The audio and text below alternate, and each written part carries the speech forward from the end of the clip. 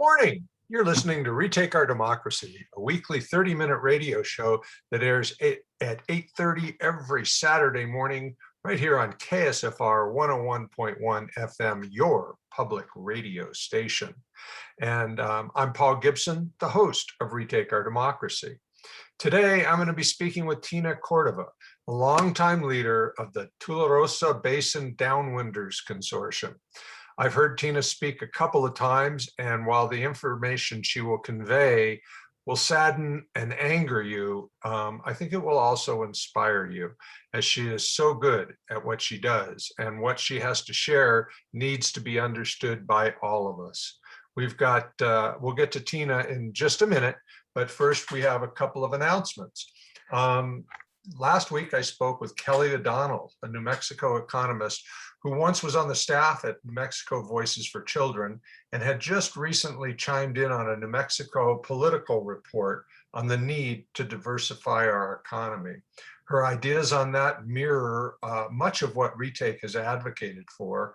So I asked Kelly to come on the show, and it was a really interesting interview. So the week before that, I interviewed Vaughn Woodruff and Bill Dunn, two of the leading advocates and lobbyists for the newly proposed public power legislation in Maine. And they've also testified extensively before the legislature and the utility regulatory body in Maine, as they are fierce advocates for public power and also opponents to the proposed Avangrid in central Maine. And so, as you know, yesterday, when would this have been? Thursday, we conducted a Zoom webinar with the people from Maine and from New Energy Economy and from Renewable Taos about the possibilities of public power. If you missed that webinar, you can get a link to it at retakeourdemocracy.org under the Actions and Events menu, and then you have to scroll down to get to our most recent Zooms. But you'll find it there. You can watch that webinar. You can watch all of our prior radio shows by going to that same spot at the Actions and Events menu. And I'm pretty sure you're going to find it to be most instructive. And you can also get this interview if you are driving around town right now and only can catch part of it. The rest will be on the computer for you.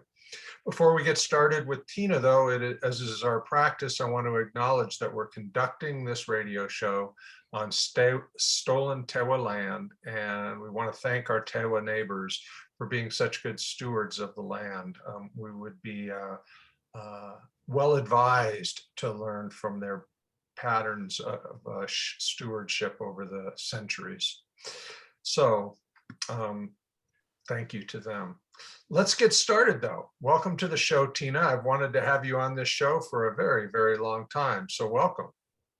Thank you very much, Paul, for inviting me to participate. It's a privilege to be able to reach the people that I know who listen to you on a regular basis, so I'm glad to be here.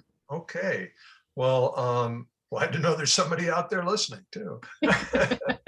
I always like to let our guests introduce themselves. So how about you give me some of your background and how you became one of the leaders of the Tularosa Basin Downwinders Consortium.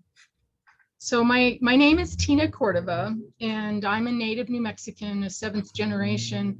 I grew up in Tularosa, New Mexico, lived for about 5 years in Las Vegas, New Mexico, where I went to college at New Mexico Highlands University, moved to Albuquerque to complete my education, and am a business owner here. But I'm a downwinder, and I'm a cancer survivor, and I'm a community organizer. And 16 years ago, I joined with the late Fred Tyler of Tularosa to start the Tularosa Basin Downwinders Consortium, or TBDC for short. And our goal was very simple. Fred was from Tularosa, I was from Tularosa. We had seen far too many of our family members and our friends get sick with cancer and die. Fred had just lost his mother. I was struggling with my own father's cancer diagnosis. And we just decided that we were going to start a grassroots organization to hold the government accountable. We knew that the abundance of illness we saw in our community was related to our exposure to radiation from the Trinity test site. And so our goal was simply to bring attention to the negative health effects suffered by the people. And then we found out about the Radiation Exposure Compensation Act that I'm sure you and I will talk about a little bit later, but a fund that was set up in 1990, a full 31 years ago now, that had been compensating downwinders from other places when we were the original downwinders any place in the world. And we that added a great deal of insult to the injury for us. And so for 16 years now, I've been working as a community organizer and working to bring attention, as I've just described, to the negative health effects suffered by the people of New Mexico as a result of the Trinity test. Yeah, well, and you're quite right. We will dig into some of the issues you kind of introduced there, Tina. I'm guessing most all of our listeners know why the Downwinders have come into existence, but how about you taking a moment to bring us back 76 years ago to July 16th, 1945, early hours of the morning, and tell us what happened. Well, first of all, the Manhattan Project was well underway. It was started in the early 40s. The Trinity test was the first well-known test of radioactive material, but we know now from doing research that, through the Manhattan Project, they were detonating smaller devices, radioactive lanthanum at Los Alamos in 44. And they did another test before Trinity out at the Trinity site called the 100-ton test, where they used radioactive material.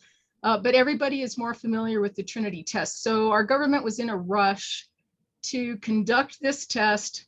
Obviously, prior to the use of the bombs in Japan, Truman was in Potsdam. He was going to meet with Stalin that day, as a matter of fact. And so this test had to go off.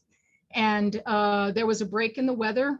It was our rainy season, the monsoon season, when we truly had a significant monsoon season. So preceding the detonation at 5:30, there was this massive thunderstorm that took place in the desert of south central New Mexico. It delayed the actual detonation until about 5:30 a.m. The things that are important to recognize and reflect upon as you look at the Trinity test is that because it was the first test ever, there were some unknowns. One of them was that detonating a device on a platform 100 feet off the ground would produce massive fallout and little destruction. They actually learned from the Trinity test that to produce destruction like what they wanted in Japan, they were going to have to detonate the bombs at a much higher altitude. So they did that at 1,600 and 1,800 feet respectively. But the bomb at Trinity was placed so low to the ground that the major part of the impact created this fireball that took up a great deal of dirt, sand, animal, and plant life, incinerated it, and took it up in a fireball that exceeded the atmosphere and penetrated the stratosphere. The estimates are that it went over 7 miles past the, into the stratosphere. So as you know, everything that goes up has to come down, and an ash fell for days afterwards, a radioactive ash. The bomb was a plutonium-based bomb.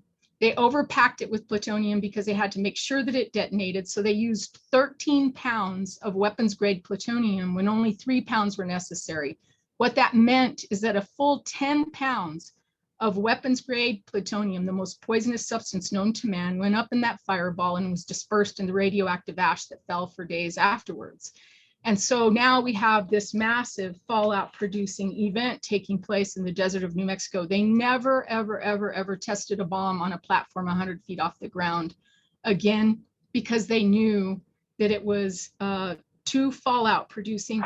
And I think another thing to know, Paul, is that there's always been this misconception that they didn't know what they were doing, but in advance of the test, the physicians assigned to the test, they warned General Groves that people lived far too close to the test site, and that if there was massive fallout produced, that people were going to be harmed, that their health would be harmed.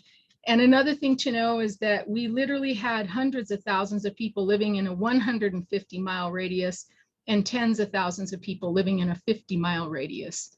And so indeed, people were affected. Fallout became part of their environment forevermore. Radioactive plutonium has a half-life of 24,000 years. So it's in the desert here for essentially forever. All right. Wow. So I take it there was no warning given to the people who lived in the communities that were impacted. At what point did the government reach out to Tularosa community, and what was the tenor of that communication? The government has honestly, the government never did any outreach at the time of the test. Even afterwards, when the bombs were detonated in Japan, and they admitted that the test at Trinity, because the original communication that was sent out to, the press in 1945 was that an ammunition dump out on what was then called the Alamogordo bombing range, that an ammunition dump had unexpectedly exploded, but there was no loss of life and no harm done to anyone. That was the official statement that was used by the government. They never came back, Paul. About 10 years ago, the Centers for Disease Control did a 10-year study called the Los Alamos Historic Document Retrieval and Assessment. And when that study was completed, the CDC did come to Tularosa then and did release their findings. And during that process, they put forward a list of recommendations. Most of them revolved around studying the health effects to the people of New Mexico from Trinity, but not a single one of those recommendations has ever been implemented. Above and beyond that, there have only been 2 people representing the government to ever come back to Tularosa. Senator Udall came at the 70th anniversary of the Trinity test and participated in a town hall meeting. And honestly, you could see the expression on his face change as the night went on and people told their stories. And then Representative Lujan, now Senator Lujan, attended our candlelight vigil about 4 years ago and spoke to the community about his dedication to our advocacy work. And that's the only time the government's ever come back. They hold an open house twice a year, and they continue to say that it's remote and uninhabited and nobody lived here. And we know that is a complete and total falsehood. So that's a segue into, first of all, that's embarrassing. I mean, I knew I was going to be embarrassed by this, but it's embarrassing. I know that, and you alluded to this, that it wasn't just in the Tularosa community, but because of the way they detonated the bomb, there have been studies that have been done on the 150-mile radius around the detonation site. Can you talk a little bit about that? Is that the CDC study you were just talking about? Well, the CDC study did, yes, they did. The CDC study was a 10-year study where they had access, scientists had access to every unclassified document that was part of the Manhattan Project. They went through thousands and thousands and thousands of boxes of material, and they put together a report. Chapter 10 of the CDC study is dedicated of the La Hadra study is dedicated to the Trinity test. And as part of that, based on what they can extrapolate, they believe that the day of the test, the exposure to human beings in the immediate area was more like 10,000 times what's acceptable today. It's hard to wrap your mind around that because it's such a huge exposure. What we need to remember, though, that's important about this is that there were communities that were 20 miles away, 30 miles away, 40 miles away, 50 miles away. And when you add that population up, it's in the tens of thousands, men, women, and children. And recently we had a student, a brilliant student at UNM, his name's Brian Kendall. He developed what I've always wanted. For years, I've been pleading with students to do this, a 150-mile radius map, because after the test was over, one of the physicians assigned to the test said we could never do this here again because we so overexpose people to radiation. And if we ever do it any place, we have to find an area with a 150-mile radius uninhabited.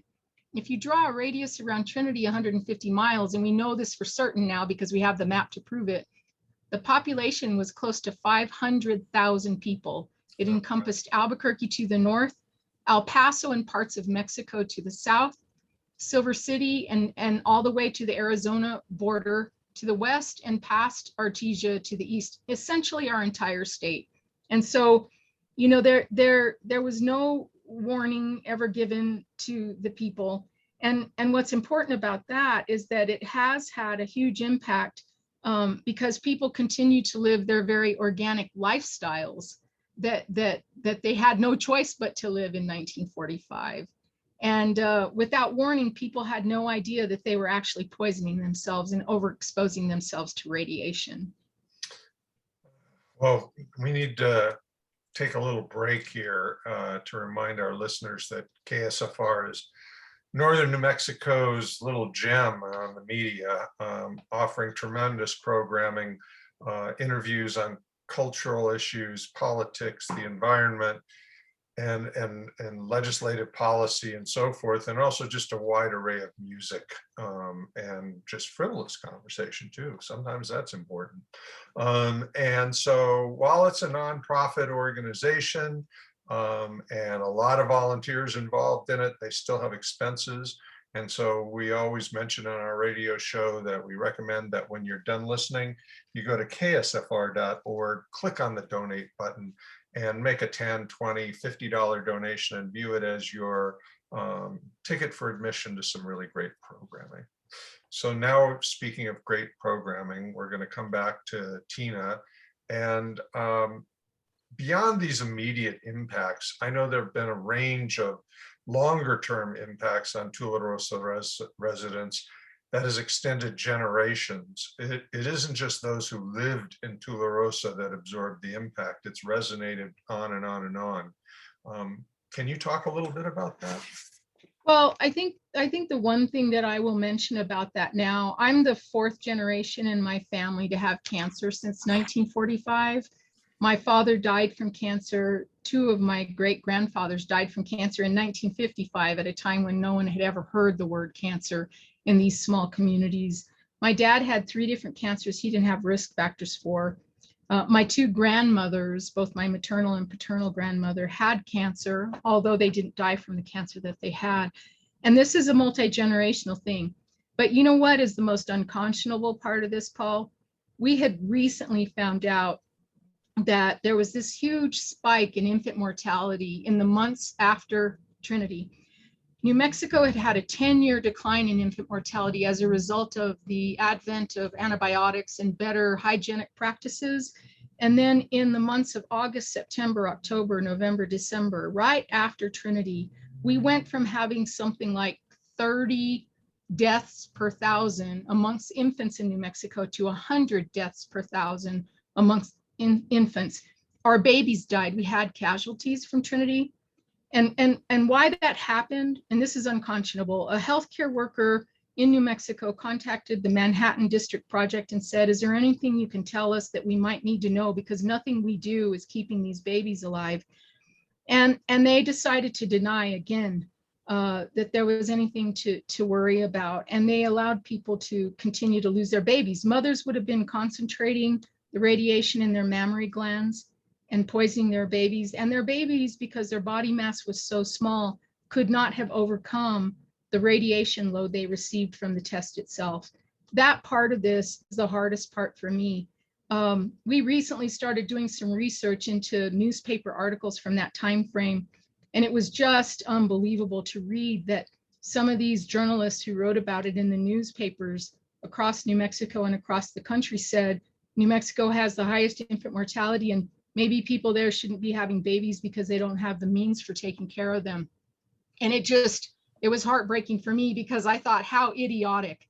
For 10 years, we had the means for taking care of them. Why all of a sudden did we not?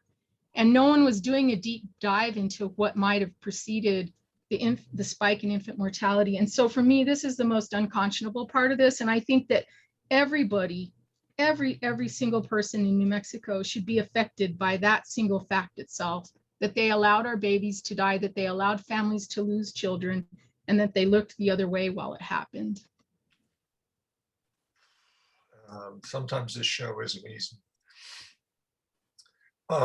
One of the most surprising and saddening elements of the Tularosa saga has been the government's lack of response, and you've alluded a little bit to it, but can you talk about how they created this fund, and the fund was supposed to be for downwinders, and yet Tularosa has gotten like dime zero of that relief? Well, we can owe the Radiation Exposure Compensation Act, or RECA. We can give full credit for that program to Stuart Udall, the late Stuart Udall, Senator Udall's father. Senator Udall retired, went back to Utah, and found out that people were dying as a result of their overexposure to radiation from the Nevada test site. The interesting thing is that when they went to Nevada, they did find an area that was quite remote and uninhabited. And they started doing testing there, above ground testing there, that they did through the summer of 1962, but they monitored where the fallout went. And they actually detonated the devices to coincide with wind patterns that would take it east of the test site, away from Las Vegas, Los Angeles, San Francisco. But what that meant is that it did go over the poor ranching families in Utah. They were pretty much targeted for the winds and the fallout that was produced. But it also came over New Mexico. And the very, very sad thing about it is that the compensation ends at the Arizona-New Mexico border. As if I say all the time, there exists a lead curtain that offers protection to the people of New Mexico. So if you live 1 mile over the border into Arizona, you get compensated and taken care of. If you live 1 mile over the border into New Mexico, a delta of 2 miles, you get nothing. And there just frankly was no one looking out for us at the time. And now for 10 years, we've had bills introduced in Congress, and we've been pleading our case with members of Congress for 10 years. And what they tell us is that there is no money to do this. The bill is going to sunset, the RECA program is going to sunset 1 year from now in 2022. And if we don't accomplish the amendments to RECA to include the people of New Mexico this go around, the heavy lift that we've been lifting for the last 10 years will become essentially an impossibility. And so it's very, very critical right now. We're at a very critical crossroads. So you've been before Congress before, and I'm hoping you have had full throttle support from all three of our congressional leaders, elected officials, and both senators. Actually, I should probably verify that. Has Representative Harrell been supportive? And what about the other members of our delegation? At this point, we have the full support of our two senators. Senator Lujan has been a champion for us. He recently arranged a teleconference that I participated in with Representative Chairman Nadler of the House Judiciary Committee that literally led to a hearing in March in the House Judiciary Committee. Without those hearings, we go nowhere. The hearing went very well. There is some political will in the House to get this done. Some of the House members that participated said things like, this is a national shame. One House member, Johnson, out of Georgia, Democrat, said it's a pittance what we've done for these people compared to what we spend every year on guarding our nuclear arsenal. And he's exactly right. It is a pittance. We spend something like $50 billion a year guarding our nuclear arsenal, and the program has paid $2.5 billion over 31 years. He's right. A pittance that's exactly how to describe it. We are working with Representative Ledger Fernandez's office right now. She'll be the primary sponsor of the bill in the House. We've got great support out of her. We've been doing outreach to Representative Stansbury. We believe without a doubt that she's going to support us. And we've done outreach to Representative Harrell's office and are hoping to hear back from her soon. In the past, we've had full support, and we're hoping that we will have bipartisan full support for our efforts this year. The district that Representative Harrell represents is the district most affected. Right. Well, hopefully she'll get on board. She's not exactly been on board with too much good things, but good luck with that. So despite support from our DC delegation, you've seen no movement from the government. What are your next steps, and what can listeners do? Well, I've been working diligently since the end of last year with a group of what I call frontline community members that are downwinders from other parts of the country, Utah, Idaho, Guam, and with uranium miners from the Navajo Nation, Laguna Pueblo, Acoma Pueblo. We have put together language and bills will be introduced, we expect sometime after July 12th. That's the end of their recess that they're on right now. We believe that the House and the Senate bill will be introduced then. And what is important for listeners to do is to do outreach, consistently contact our senators, our representatives, let them know this is an issue important to you. I always say you may not identify as a downwinder. Most everyone who lived in New Mexico most everyone has been a downwinder if you're over a certain age. But contact them and let them know this is an issue of importance to you. It's a social justice issue, Paul. It's plain and simple. There is a moral and an ethical imperative to right this wrong after 76 years. There's nothing else that can be said. And if you have relatives in other states, encourage them to lobby their members of Congress. It's going to take a bipartisan national effort, and we're working with groups from all over the country to get this done. Okay, well, we'll look to you to lead this and we'll follow, I guarantee you. So on July 16th, we've got about 2-3 minutes. So on July 16th, it's the 76th anniversary of the Trinity blast, and that's less than a week away. I'm guessing you have something planned. Can you tell us about it? We will be hosting our 12th annual candlelight vigil in Tularosa, where we decided many years ago that if the government wasn't going to keep track of our loved ones who have died and who have suffered and sacrificed because of their enlistment into service of their country, that we were going to do that. And so we hold this annual candlelight vigil. We read out the names that have been given to us through a voluntary process. It's a beautiful, somber event. We're not there to over glorify the science and industry. We're there to tell the complete history of the Trinity test. We're going to have a town hall meeting that day at 2:00 in Tularosa. People can go to our website. It's www.trinitydownwinders.com. So it's trinitydownwinders.com, and they'll see the flyer there that announces both the town hall meeting and the candlelight vigil. These events will be taking place in Tularosa on the 17th. The 17th? The 17th of July.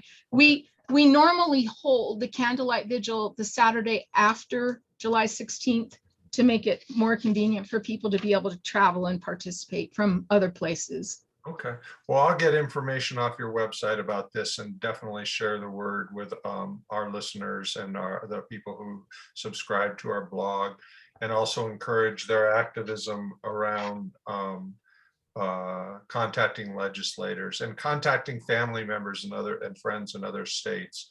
And can you once again tell our listeners, I'm assuming you could probably use some contributions. Can you tell people how they might be able to contribute? You bet. Again, if they go to our website, they can actually contribute there. We make it fairly easy. They can either do it directly through the website, or they can send us a check. If somebody wants to send us a check, they need to make the check out to CCNS. They're our fiscal agent. That's C, Charlie, N, Nancy, S, Sam, CCNS. And they can mail it to 7518 2nd Street Northwest, Albuquerque, New Mexico, 87107. All of that information is at our website. And at our website also, as soon as the bills have been introduced in Congress, we will have all that information there. We'll make it very easy for people to be able to do outreach to their particular members of Congress. All right. Well, thank you very much, Tina, for sharing your time with us and your story. We're out of time, so we're going to have to say goodbye. Retake listeners, we'll be back next week with Sarah Wenzel Fisher. She's the executive director of Kibera, a nonprofit that promotes sustainable ranching and agriculture. So it should be an interesting show. Again, thank you, Tina. And to our listeners, please stay healthy and active. It's the only way we fix this mess. Thank you. Thank you, Paul. Thank you. Thank you. Okay. So that was the end of the radio show, but Tina and I started chatting afterwards, after I'd paused the recording, and just said, wait a minute, we need to have this as part of the podcast. So you're going to get some bonus coverage here. And Tina, first tell us just a little bit about what happened with Senator Domenici and how New Mexico wound up getting cut out of the aid. And then maybe we can go into the economic impacts of the Trinity test on New Mexico. Well, I recently read an article that was published in the New York Times, and this was in the, I want to say it was in 1993, somewhere around that time frame. And the article focused on Stuart Udall and his involvement in this process. And, you know, Stuart Udall dedicated the last part of his life to making sure that this fund was set up. He filed lawsuits on behalf of Downwinders, and Senator Udall was a young attorney that assisted in this process, and they were winning these lawsuits at every step of the way. But the courts continue to say that the work that was done at the Nevada test site was in the interest of national security, so the government couldn't be held financially responsible for people getting sick and dying. And eventually, they made it all the way to the 10th Circuit Court of Appeals, and Stuart Udall, being as astute as he was, knew that they would probably see the same outcome at the Supreme Court. So he decided a political, that there had to be a political solution to this problem. And he went to Washington, D.C., and he met with people there, Orrin Hatch being one of the senators, obviously from Utah. He had an affected constituency. And he met with Senator Kennedy and Edward Kennedy, and Senator Kennedy and Orrin Hatch, Senator Hatch, were the primary sponsors of the original RICA legislation, and it had bipartisan support. In this article in the New York Times, though, it discusses how Senator Domenici joined with a group of Western states Republican senators to make sure that RICA was passed. Senator Domenici at the time was the most powerful U.S. senator. He was the head of appropriations. Nothing goes anywhere without money associated with it. And how we were left out of RICA in 1990 with the most influential, most powerful senator practically leading the charge on establishing this fund is beyond belief, actually. And I have no way of sort of wrapping my mind around how there was no reflection on what happened to the people in New Mexico when the first atomic bomb was tested here. So the article is pretty fascinating because it puts a whole new perspective and a whole new spin on how RICA was developed and why we were left out. But let me tell you this much. New Mexico has this cycle of poverty that we seem to be locked into. And I often say you may not identify as a downwinder, but you're paying the price for living in a state that has its share of downwinders and uranium miners, because I have been in all of these communities. I've been in Tularosa, in Carrizozo, in Socorro, in San Antonio, in Laguna Pueblo, and I've heard the same stories, Santa Fe. I've heard the same stories told over and over, and it's something like this, Paul. I had a great job. I had a retirement. Had health insurance. My wife and I were looking forward to someday contributing to our children's college education. But I lived in Tularosa, and I had this nagging pain in my lower abdomen, and I just let it go. There's no doctors where I live. And finally, one day, my wife made me an appointment with a gastroenterologist in Las Cruces, and I went, and they ran some tests on me, and they told me I have stage 4 colon cancer. And they sent me to an oncologist in El Paso. And now I was driving to El Paso 5 times a week for my treatments and having to take off from work. And eventually I had to stop working because I couldn't do it anymore. And I lost my health insurance. I've spent all my retirement because traveling back and forth costs a lot of money, the co-payments, the co-insurance, all the drugs I'm on, the cost to travel there and stay there, the meals, the gas, the hotels. And I've maxed out 3 credit cards. I've used up all the equity in my home. And now my kids are sending me Visa credit cards so I can buy gas to get to my appointments. And most days I wish I would die so that I wouldn't be a burden to my family anymore. There'll be no contributing to a college education. There'll be no helping my kids buy their first home. None of that's going to happen for me. And this is so unfair. And I hear it over and over and over. And we have been conducting health surveys now for over 13 years. And one of the questions we ask on there is, how do you access health care? And I would say a full 75% of those surveys say through Medicaid. And that is the problem in a nutshell. This has had a huge economic impact on our state. And no one should stand for this any longer. We shouldn't stand for the government telling us that there's no money for this. It has locked us into a cycle of poverty that's affected all of us. When our state has the highest use of Medicaid to access healthcare coverage of any state in the United States, for me, it's not difficult to understand why. Because I've heard the story at Laguna Pueblo, I've heard the story in Carrizozo, I've heard the story all across the state. And that's the part that everybody should reflect on. How has this affected you, even if you don't identify as a downwinder? Again, I really want to thank you, Tina. You do such a remarkable job of articulating the human impact rather than statistics. The summary you just gave is a pretty vivid picture of what human beings are going through because of the neglect of this government. And that, you know, they're not going to cure the cancer, but at the least they can you know, pay for the treatment and the various things that go into getting to treatment. And it's just shameful. And Well, and you know, Paul, we go through it over and over. About a year ago, my dad's older brother died from an autoimmune disease. And right now we're helping to support my dad's 81-year-old older sister through breast cancer. And no one should have to go through this time and time again, but that's what we see in our families and in our communities. And we no longer ask about if we're going to get cancer, we ask about when is it our turn, because everybody around us has had it and it just continues and it's generational and there's no end to this in sight. And, you know, so it's a complex problem and it's taken a huge toll on our state. And it's the injustice I spoke about earlier. There's a moral and an ethical issue here, pure, plain, simple.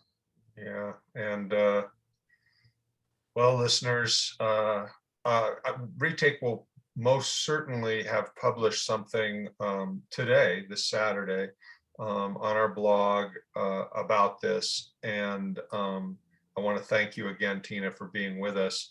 There are some things that are just really hard to understand, and this is one of them. I mean, who would oppose this bill? Who would vote no? Seriously, who would vote no? Thanks for being with us, Tina, and thank you, listeners. We'll be back next week. Bye-bye.